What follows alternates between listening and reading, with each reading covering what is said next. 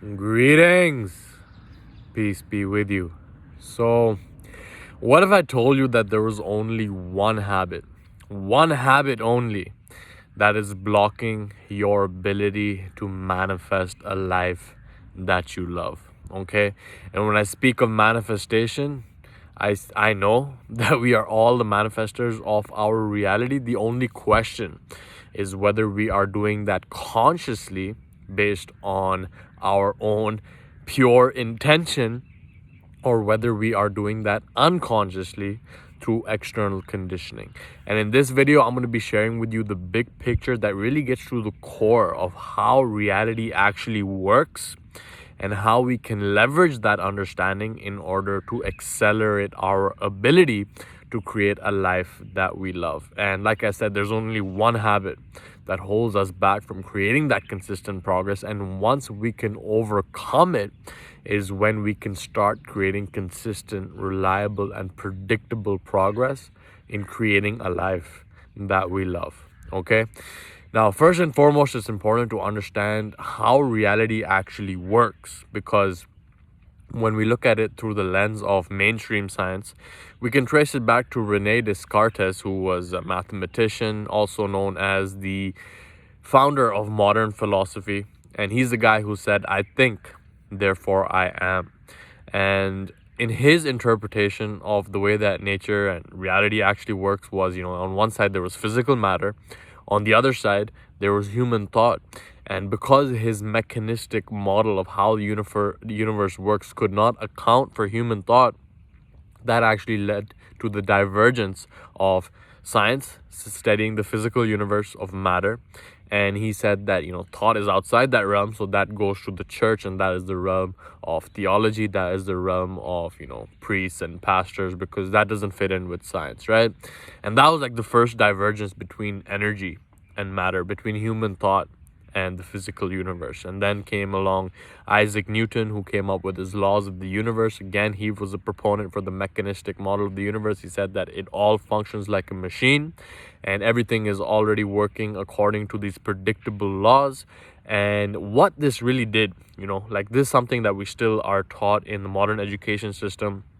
And it leads us to the conditioning to think that we are at the effect of the environment, that the universe is working how it's supposed to. We fit in as a puzzle piece into that universe, and we do exactly what we are doing without any ability to make an impact on how the universe is shaped, right? That is the mentality that we are programmed with since the beginning.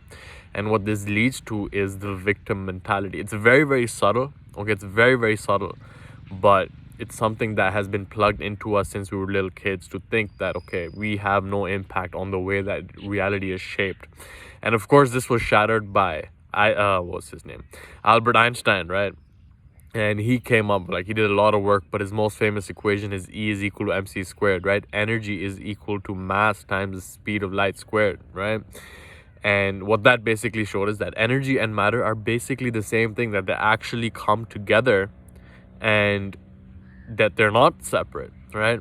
And then this led the frontier towards quantum physics, right? And quantum physics is so deep, I cannot even begin to say that I understand it, right? But it's kind of like a car, because you can ride a car, you can go drive your car, you can take it where you want to go, you can use it to increase the quality of your life, but you don't understand how the engine works, how the tires work, how the combustion engine works. Maybe you do understand, right?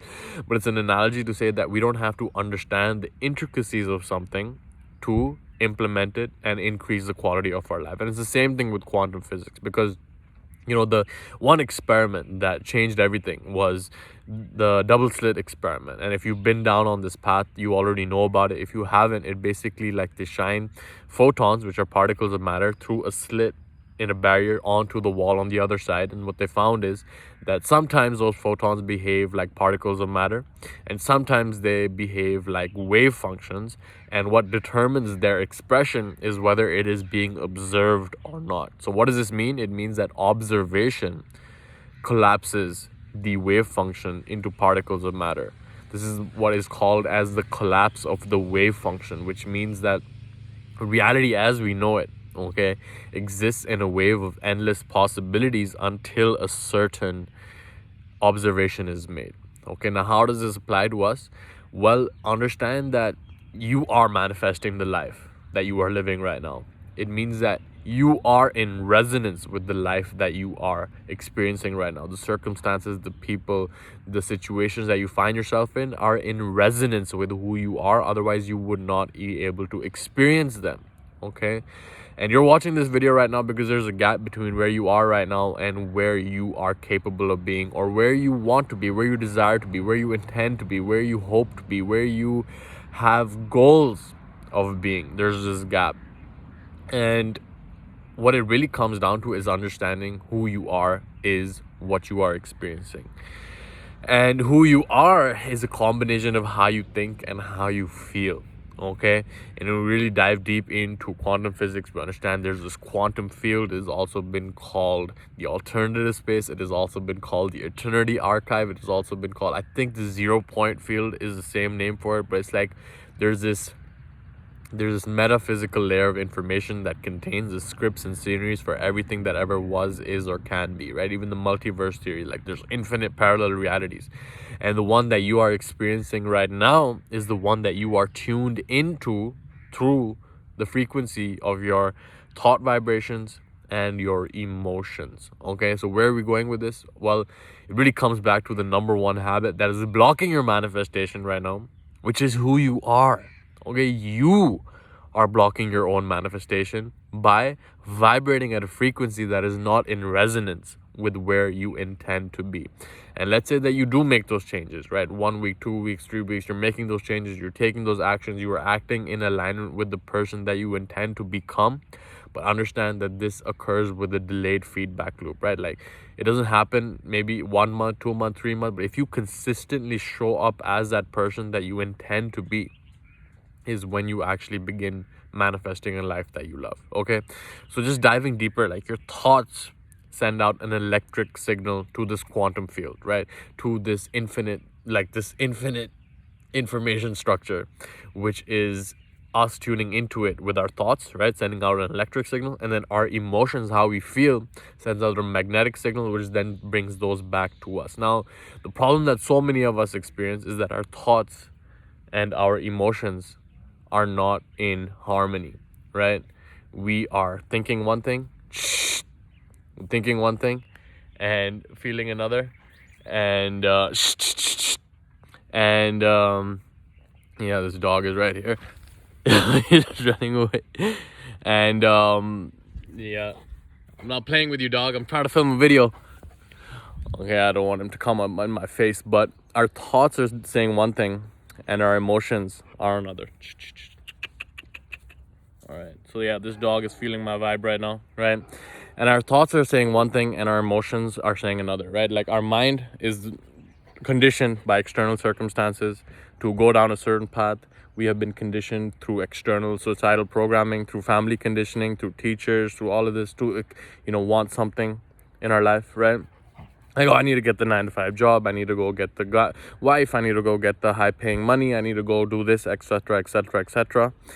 And that's what our mind is doing, right? And then our mind's attention is not on the heart's awareness, which is what we really want.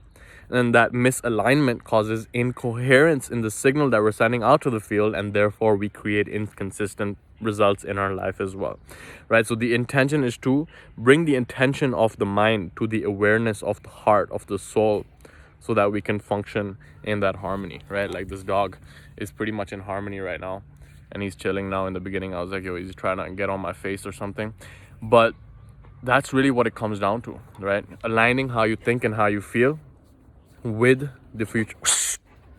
Don't get too free to me. These dogs, like, you give them one hand, they're like, no, I want to jump all over you right now.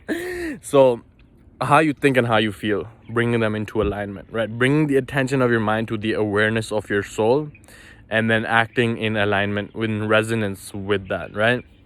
So a future reality in which you're healthy, in which you're wealthy, in which you're wise already exists, but it's about living into that right now, okay?